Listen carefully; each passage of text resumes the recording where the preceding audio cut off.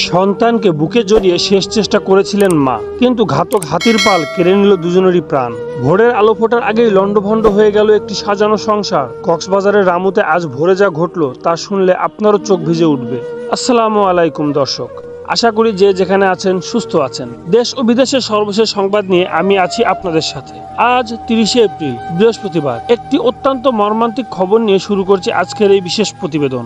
দর্শক, ঘটনাটি ঘটেছে কক্সবাজারের রামু উপজেলার খুনিয়াপালং ইউনিয়নের পশ্চিম খুনিয়াপালং এলাকায়। আজ ভোর 5টার দিকে খাবারের সন্ধানে পাহাড় থেকে 3টি বন্য হাতির একটি পাল লোকালয়ে হানা দেয়। হাতির বিকট গর্জনার ঘরবাড়ি ভাঙার শব্দে ঘুম ভেঙে যায় ওই একই এলাকার মোহাম্মদ একরাম মিয়া। তিনি তার 6 বছরের ছেলেকে নিয়ে কোনো মতে ঘর থেকে বেরিয়ে প্রাণ বাঁচাতে পারলেও তার স্ত্রী সেমনারা তার 3 বছরের শিশু আসমাকে নিয়ে পালানোর সময় হাতির কবলে পড়ে যান।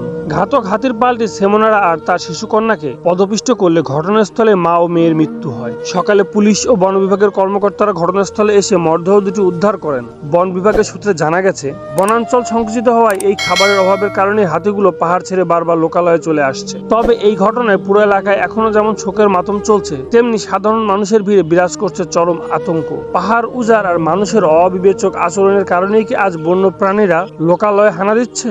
এই মর্মান্তিক মৃত্যুর দায় আসলে কার? আপনার মূল্যবান মতামত আমাদের কমেন্ট বক্সে লিখে জানান। আর দেশের প্রতিটি প্রান্তে সঠিক এবং বস্তুনিষ্ঠ সংবাদ সবার আগে পেতে আমাদের চ্যানেলটি এখনই সাবস্ক্রাইব করে বেল আইকনটি বাজিয়ে রাখুন। পরবর্তী প্রতিবেদন দেখার জন্য আমন্ত্রণ জানিয়ে আজ এখানেই বিদায় নিচ্ছি। আল্লাহ হাফেজ।